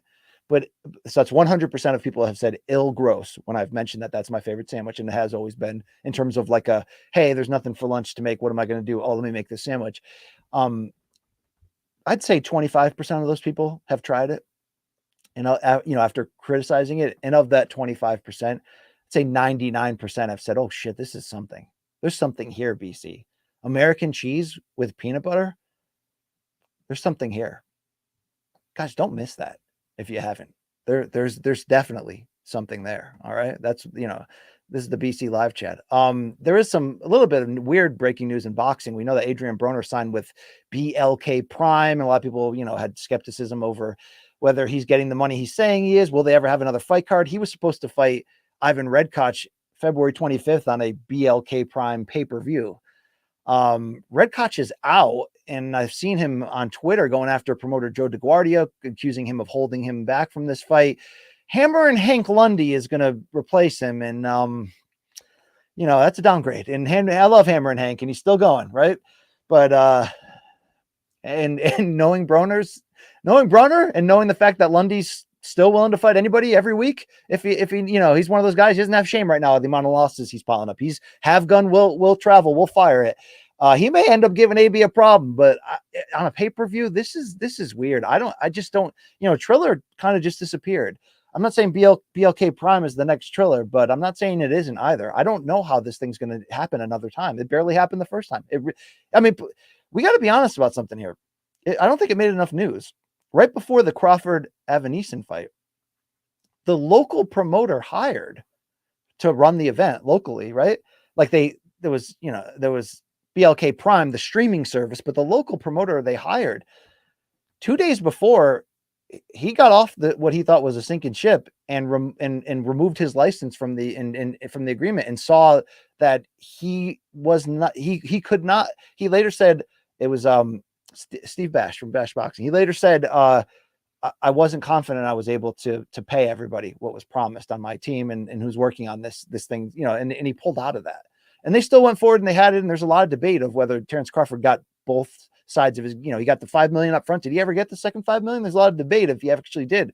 There's a lot of people that said they never got paid from that. So, I got questions about that. I'm not cheering against them. Look, boxing's weird. It's like, everyone that tries to enter the game gets such resistance. I'm not trying to resist anybody from coming in. I just have serious doubts about where this money's coming from and who's going to buy this, and how you can last more than without this the structural thing built in. If you're going to come in, it's so. I mean, how many celebrities have tried to come into boxing and be a promoter? How many ex-fighters have tried to and failed? You have to be savvy, dirty, connected, and have a lot of money to blow. And I don't see all those categories yet from BLK Prime, who seemed to just arrive like yesterday. So yeah, there we go. Almost done here on the BC live chat, but appreciate you all. Miscellaneous question here from Zachary Kazee. BC, would love to hear what you leaned in. Would love to hear what you leaned in when you pulled yourself out of your darker moments in life as a young man. We did just have like a self-help hour here with the BC on the relationship question. And Luke, I know, always gives great answers in these type of life questions. So I don't want to shortchange you here, but I had a quarter life crisis at age 25. I've talked about it before in various interviews. People have, seen or heard bits from it where things just fell apart. And you kind of come to those crossroads of, which side am I going? Am I chasing the light or the darkness here? Am I complicit in my downfall here? Do I not know how to stop it? Do I not know any other way, or can I fight back? I'm very lucky that I was able to storm back. And, for me, it was sort of a quasi sort of like religious conversion experience. One day, I guess I can tell the story for anybody that cares, but it's a miraculous story. And I've had a few miracles. I've had a few miraculous stories in my adult life. Many involving the health of my children when they were born 4.5 months premature and had a million illnesses and told things couldn't happen, and things happened. Body parts grew back. I've seen some crazy things in my life. And when I kind of hit the wall at age 25 and substance abuse and depression and a dead end job and college dropout, I mean, there was a lot of reasons to be another statistic of sort of the epidemic of my hometown and small town life. Anyone that comes kind of from like a grimy, aggressive industrial town knows this. A lot of good people, they don't come out of it, or I can't tell you how many people that I graduated high school with are dead now, and everyone's everywhere you go that happens, right? But there's an exorbitant amount. There's a lot of people who have gone down some dark roads, and it could have been me, it could have been you, just the same. I was lucky to get out of that with a life-changing spiritual breakthrough, where I gave my life to Christ and went down that road, and that road has been fruitful and amazing, and it's had various ups and downs, and sometimes where I was all in, and sometimes I was skeptical, and sometimes I was, and you have to walk your own path when it comes to those categories. I believe what I believe, and I believe it firm, but you have to believe what you believe for your life. But that changed me. That's what I leaned on. I felt love for the first time. I felt clarity in the way I could think about my role in my life and what my future could entail, and how do I get there, and the relationships in my life that are positive that I was turning negative. I mean, so many things like that. That was eye-opening to me, but I felt like it was the circumstances involved. It was a miracle, that the lights got turned on, and I was back, and I'm thankful, and I'm never going to throw it away because of that. And all that has happened in my life since then. But you have to, at the end of the day, whether it is I went through the Christian experience, and I stand by that, and I'm better for it. But you have to find your own path, and that could be self-help. It could be anything. But if you don't have something to lean on, cling to, as a family, a support system during your darkest times, you can't pull yourself out, because life is really hard. And there are a lot of things that are almost like, I don't want to say predestined, because that's a wrong word, but like, it's just sort of born into your circumstances that you can't control, and that can set you up for failure. And how do you get out of it? What do you lean on to get through? At some point, you have to have a belief in something. And that something could just be that there's good in this world, that good things happen to good people, or that, we can mess up, we can go the wrong direction, but inevitably we can turn it around. You're never too old. It's never too late. All that stuff is true. It's true. We're also in America, which is good or bad, but there's like this, this idyllic romantic feeling like anything's possible. And it is. It really is. It actually really is. And you have to lean on some level of belief, because if you don't have that, why are you getting up in the morning? Why are you getting out of bed? You know, well, I've been there where you just numb your feelings away because you don't know how to deal with them. You know what I mean? But at some point you have to say, I want to be better. I want to get better. I want to get out of this.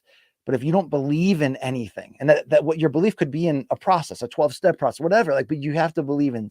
Bob Dylan said it best. You got to serve somebody, right? And his famous lyric, I'm not telling you what to serve. That's your own personal journey. And maybe it's serve no one. And that's great. I mean, like, look, be you, but you got to serve somebody. And you gotta believe at the end of the day that you're here for a reason, that this life makes sense. It's not, 25 minutes to make it all, like the Poirier line from Teddy Atlas. It's like, you got to believe that no matter what you were dealt, or no matter what you did to ruin your own prospects, that you're meant for something. And when you find out, or you begin to understand what that is, and I don't just mean career-wise, right? Like, I mean your purpose. Like, why are we here? What do you, like, and then if you're blessed enough to be in committed relationships, to have children, and to have loving family around you, you got to believe that there's something to this, that this isn't all random, right? You know what I mean? I don't want to offend anybody with, like, but you get my point. Like, that there is a way out, that there's a reason, and you have a why, and you got to cling to that why, right? That's it, and it's never too late, and the journey's never too long or arduous, but life's tough. So you gotta arm yourself with something, or it's going to fall apart. You got to build that foundation somewhere, right? And some people find that in exercise, or whatever your thing is, find it, because trying to just go through this alone in general, I don't need to listen to that. I don't care about that. Okay, see where you end up in the end, right? It's tough. But I appreciate the time, and I got a lot of love for you guys. And I want to close with a couple recommendations, as I like to do on these parts. Okay. Oh, somebody had a question real quick that I wanted to hit here regarding MMA in the One Championship card. I just saw that quickly. Gordon Liu, am I saying that? Gordon Liu, am I correctly saying that? No, he's a regular MK guy. How would you rate Stamp Fairtex's performance on Friday night? I thought she did great, considering she took on a late replacement opponent that was a full weight class above her and had the height and reach advantage. She earned that $50K bonus, in my opinion. This was the first $50K bonus of Stamp's career. But if you didn't know, she was supposed to fight in that sort of mixed rules, kickboxing, Muay Thai, and MMA sort of, almost like Rod Tang versus Demetrius Johnson. That fight falls apart. She agrees on 24 hours notice to take on Supergirl Jarunsak, 19 years old, Thai fighter, just like Stamp, and they're fighting in Bangkok. And to their credit, the two of them delivered what you would expect. Muay Thai rules, 3 rounds, 3 minutes each, and it was action, especially the first and the third.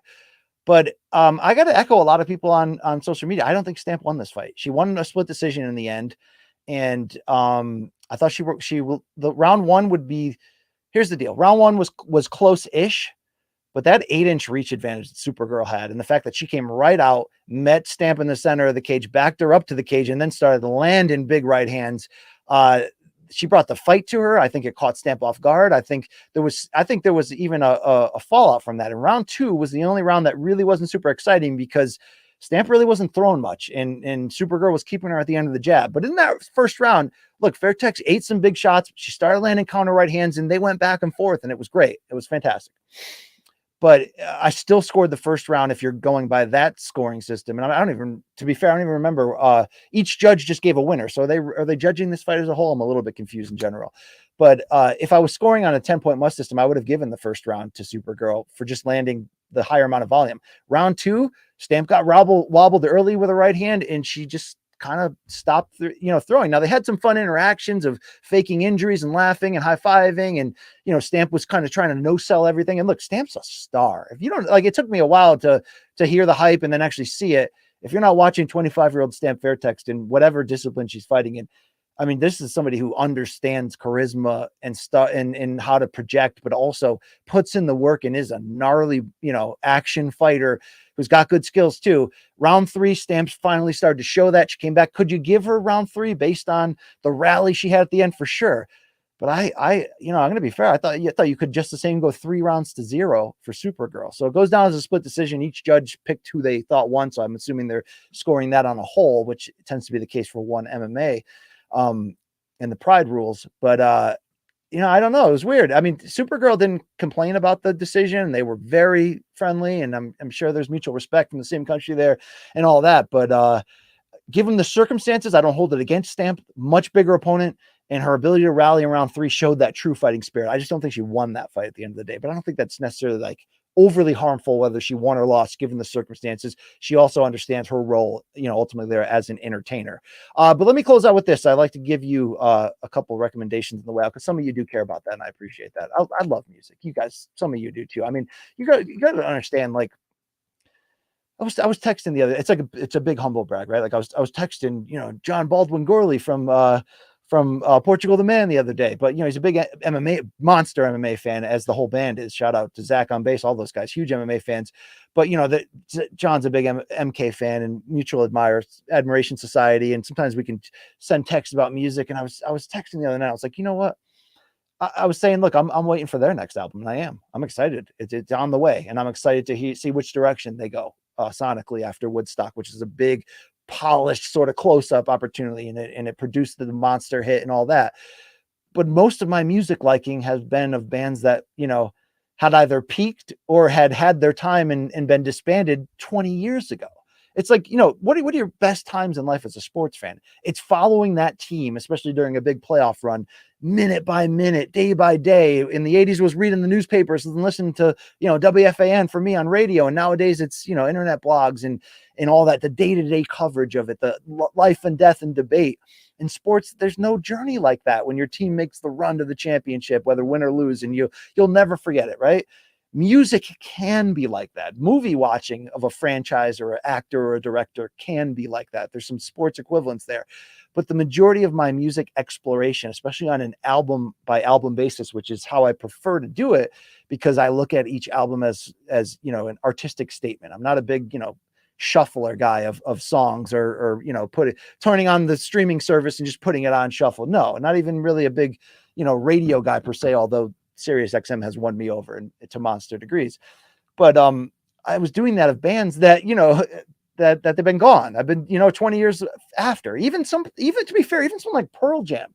Now, did I listen to Pearl Jam in its prime launch, the 10 album, the Versus album, Vitalogy, all that? Yes. Did I watch the videos? Yes. I didn't own the records at that point, though. It was more by absorption and osmosis.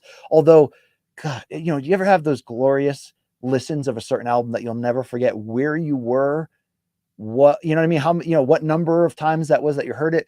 There was a couple times in the back of Rich Brennia's car on the way home from school where he would just stop in front of my house and we'd sit there as a foursome with 10 by Pearl Jam that had only been out 6 months, and just no one's talking and you're just listening to the entire thing from start to finish, and you're just like, wow. Okay, I did have that experience, but even Pearl Jam per se, I was buying the record, the CDs 5 years later. I was sort of playing catch up because I've always been so connected to 1960s music, which is, spilled into the 70s. And obviously my exploration over the past couple of years, deep into the 70s, has been very fruitful.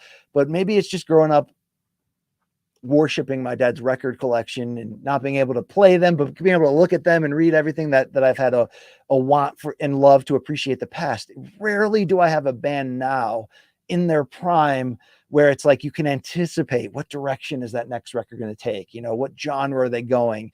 Is it going to be more commercial or less than the last one? Is this the time they take a chance and jam out or go acid, psychedelic, stoner rock? I mean, there's a lot of that, like seeing them in concert on a specific tour and seeing how the lineup or the music changed. That stuff is wild. I rarely get to do it with bands today because even though I love the indie rock scene of today and the last 15 years and Wilco, My Morning Jacket, that those type of bands, there's something special. That's the drug, right? That's the kick of being with a band in the moment and seeing how they grow and seeing if they can keep the success going. And I don't mean commercially, I mean critically. I mean, it's rare. First of all, it's rare the band that can last multiple decades. It's obviously rare the band like the Rolling Stones that could essentially be active for like 60, 70 years and still be touring in their 80s. I mean, it's wild. But on top of that, and in some forever bands have had the ability to find the magic again in the mature years in little bursts. Bob Dylan's Time Out of Mind in 1997 is a great point on that, where it's sort of like, oh, like a reinvention of top shelf material. But for the most part, most bands, you know, they have that prime. And you know, rare is even a band that can put together a 5-year prime of 4 or 5 top shelf albums. But to live that in the moment as a fan is an experience that I don't do enough of for how much music I listen to. I tend to be too much looking behind. So speaking of looking behind, here's a couple of recs here from your boy BC. Let's go with a song recommendation. I want you, everybody's got their own streaming service, but I think you got to watch the YouTube video with the audio there to really get the full experience. Search in YouTube the Bob Dylan song called "It's All Over Now, Baby Blue" by the band the former band known as the Chris Robinson Brotherhood. It was posted on YouTube by the Sirius XM channel, and this song was performed live in the Sirius XM studio in 2016. I think it's one of the best cover versions of a song in rock history. And when you say that something like that, you're like, oh shit, BC, what are we talking about? Like Joe Cocker with a little help from my friends at Woodstock, like, that level. Okay, maybe not that level, but they nailed this in ways that it's just watch it. Okay. Just watch it. But a great, almost downtrodden breakup song by Bob Dylan. And Bob Dylan's breakup songs were typically in the first person, meaning he's the one doing not always, right? But for the most part, a lot of times it's like, he's the one doing don't think twice, baby. It's all right. It ain't me, babe. It ain't me you're looking for. And this one, it's all over now, baby blue. He's doing the damage here. But even when he's doing the damage, for the most part, except for Positively 4th Street, he's delivering it in like a depressive, but, soft, like he's trying to give you the soft killing, like, kill it. I'm going to break up with you, but don't worry about it. You'll be fine. The Chris Robinson Brotherhood here, which of course, Chris Robinson, lead singer of the Black Crowes, this was his longtime spinoff band. They do it in an upbeat, jammy, Grateful Dead inspired type of way. And the reason why I say they're no longer a band, they disbanded in 2019, is they disbanded because, unfortunately, the guitarist Neil Castle committed suicide, and that broke the band. In a lot of ways, he was the backbone and heart and soul. And his work in this video is incredible. And Neil was just 50 when he took his own life. And he's always been one of those underrated modern guitarists, but those who know, and he plays a guitar that looked like it could be right out of Jerry Garcia's hands. And he's always been influenced by the Dead. And, I came to know him when he was with Ryan Adams and the Cardinals. And he played a big role back then too, in Ryan Adams' direction of kind of going a little bit in the Dead area. If you remember the double album Cold Roses from Ryan had a Wharf Rat cover from Grateful Dead, and he was kind of going in that direction. But his work on Easy Tiger by Ryan Adams, a great studio album, and a couple other ones piqued my interest. But when he joined up with the Chris Robinson Brotherhood, I mean, he's doing Jerry Garcia stuff, without shame, but also at an extremely high level. They take this downtrodden ballad and jam it out for 8 minutes and essentially do a repetition of verse and solo. And the solos, it starts off with a guitar solo by Castle that's just amazing, but kind of upbeat and soft. And then they go into an organ solo by Adam McDougall, which is incredible. And then they come back to a second guitar solo at the end from Castle. So check it out. Uplifting jam type of feel. The band cohesive as shit. So did like that band. It wasn't all over their catalog, more of a Black Crowes fan, but the Chris Robinson Brotherhood began to get a reputation as like a good jam band, and they can go in different directions. But this shows you everything that they were. And that song, It's All Over Now, Baby Blue, maybe the best cover you've ever heard. Seriously, so good. Here's an album recommendation here. I could give you a million from the 70s, but let's go somewhat recent history, because I forgot about it and rediscovered it the other day and kind of had another religious experience.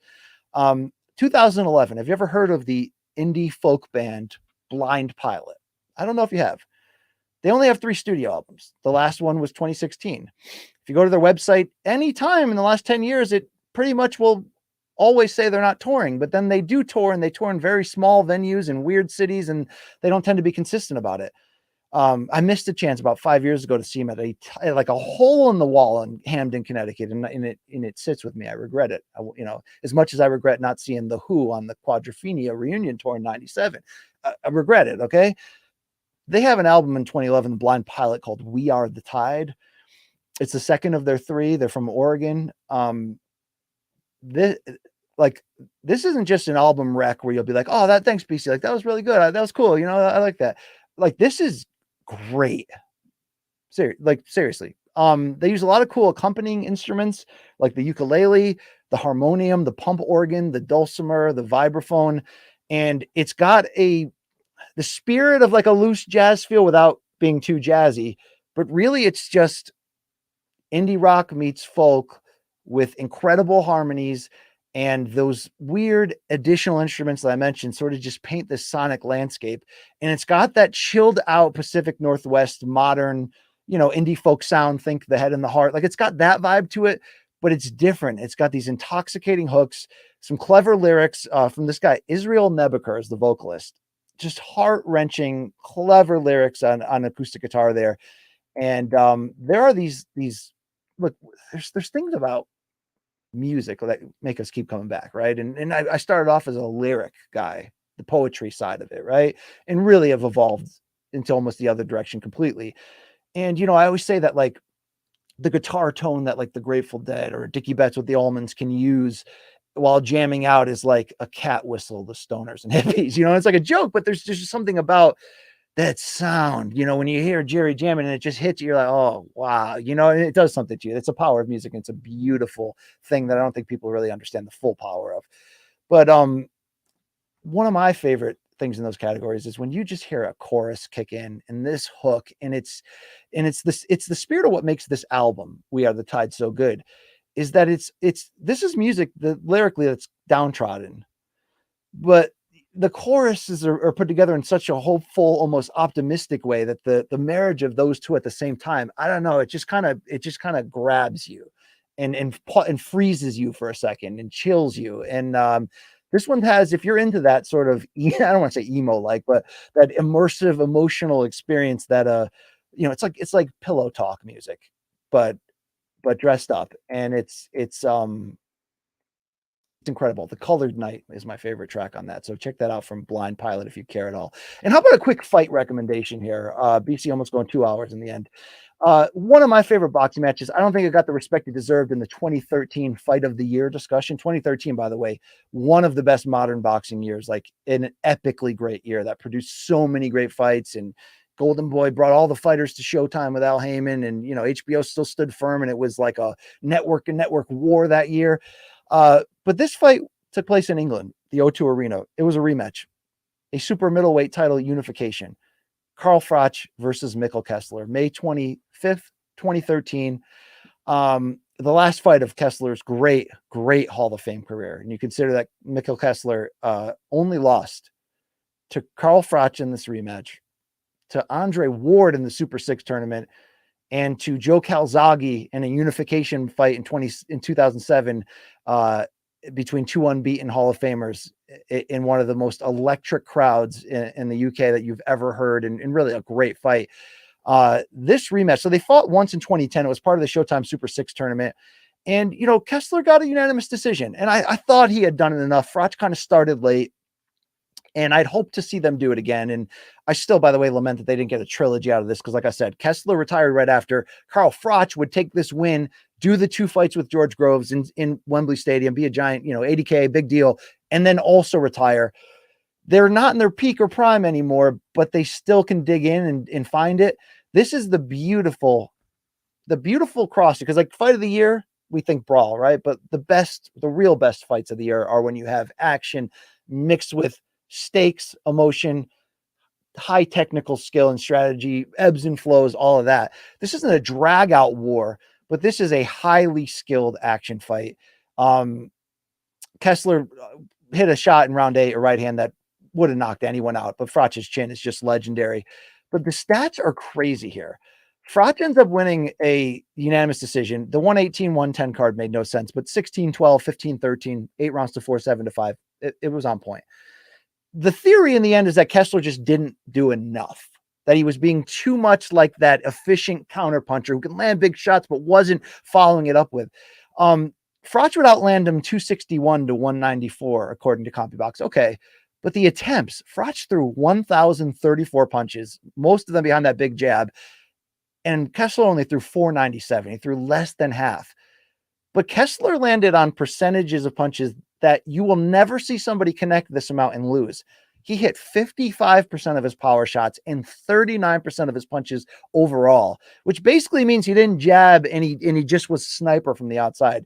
He didn't do enough to get the nod, but his willingness to play sniper, to land big shots and absorb them, those are just two men. And I love it. And it's part of that stretch that ended Carl Froch's career, that made him a legend, that made him in the conversation for greatest super middleweights of all time. Here's the last 12 fights of Carl Froch's career, the Cobra. Decision win over Pascal in a title fight. Knocks out Jermaine Taylor in the last round to win a title in the Super 6 tournament. Takes a split decision over unbeaten Andre Durrell. Loses to Kessler in their first fight. Takes a decision from Arthur Abraham in the tournament. Takes a majority decision from Glenn Johnson in a tough fight. Loses the Super 6 final to Andre Ward, but it's 115-113 on all three cards. And then he stops Lucien Boutet in one of the craziest live crowd experiences that I know some people that have been there. There's a guy who lives in my town. He's a soccer analyst on ESPN, Craig Burley. If you guys are old school soccer EPL guys or whatever, you know this guy. I think he's from Scotland. Love that guy. Just ran into him at the town dump the other day. We used to go to the same barber. Burley was in the crowd that night and used to tell me stories about it in the makeup room at ESPN. Boutet versus Froch, just an electric atmosphere. And then Froch KOs Yusuf Mack, the film star, but that's probably the little sinkhole in this great journey. And then he beats Kessler, and then he beats Groves twice. I mean, it's weird. It's like Froch doesn't always get that like crossover American love that he probably should have. And maybe it's because he didn't come to the States a ton. I mean, no, he did. He fought Johnson, Ward, Taylor all in the US, but never had that like breakthrough Las Vegas pay-per-view fight against American Star. But is there a better man than that guy? He married up to, shout out to the Cobra there. Just the same. Shout out to you if this is your flavor. The BC live chat. It was back today. When will it be back? I don't know. Next week. I don't know. We'll see. It's like a case by case basis. If you want it, tell me you want it. But not everybody loves to hear about 90s NBA, although we didn't hit that today, or self-help scenarios, or which 70s jazz album they should put on. Although the answer is clearly Thrust by Herbie Hancock. I was listening to that last night. Damn. Right? Damn. All right. BC out of here. Live chat or live show, February 8th, King's Place in London in the King Court section. There's the Q code there, QRS, QSR, whatever you want to call it, in the corner. Buy tickets now. We only have 500 of them, and the majority of them are sold out. And this is not a trap here. Like, it's going to be a packed house. It's going to be electric. Appy's going to be there. The Paquettes will be there. It'll be wild. Danger Mouse, are you going to forgive me enough to come out for the show? That's the real question. Are you even watching this? Even if it was just me and one other listener, I appreciate it, guys. Brian Campbell signing off here. You can follow us, like us, subscribe to us every Monday, Wednesday, and Friday, 11 a.m. Eastern time is Morning Combat, your award-winning combat sports showcase. But for everyone on the show, Mikey Morms on the ones and twos, we're going to be headlining a podcast festival in the UK on February 8th. I'll be doing I'll be headlining Caroline's, and then the Attic, and then not a comedian here. Just play one on TV. I will be on the air this Friday. Showbox, the new generation, the first broadcast of 2023. Raul Marquez, Barry Tompkins, Steve Farhood, myself on the call. 6 unbeaten fighters in this triple header Friday night, Bethlehem, Pennsylvania, only on Showtime. You can get 30 days free for now by going to showtime.com. Hey, come hang out with me and Raul and the boys. All right. It's a good time. Great oldies right there. Take care of yourself. All right, guys. I mean, we're all in this together, right? Who are you? Who am I? Right? We're all in this together. You can do this. We got this. All right. Combat sports is fun, but good change is coming. Serious change. It's a great time to be alive. BC signing out. Oh, the goat, right? The goat.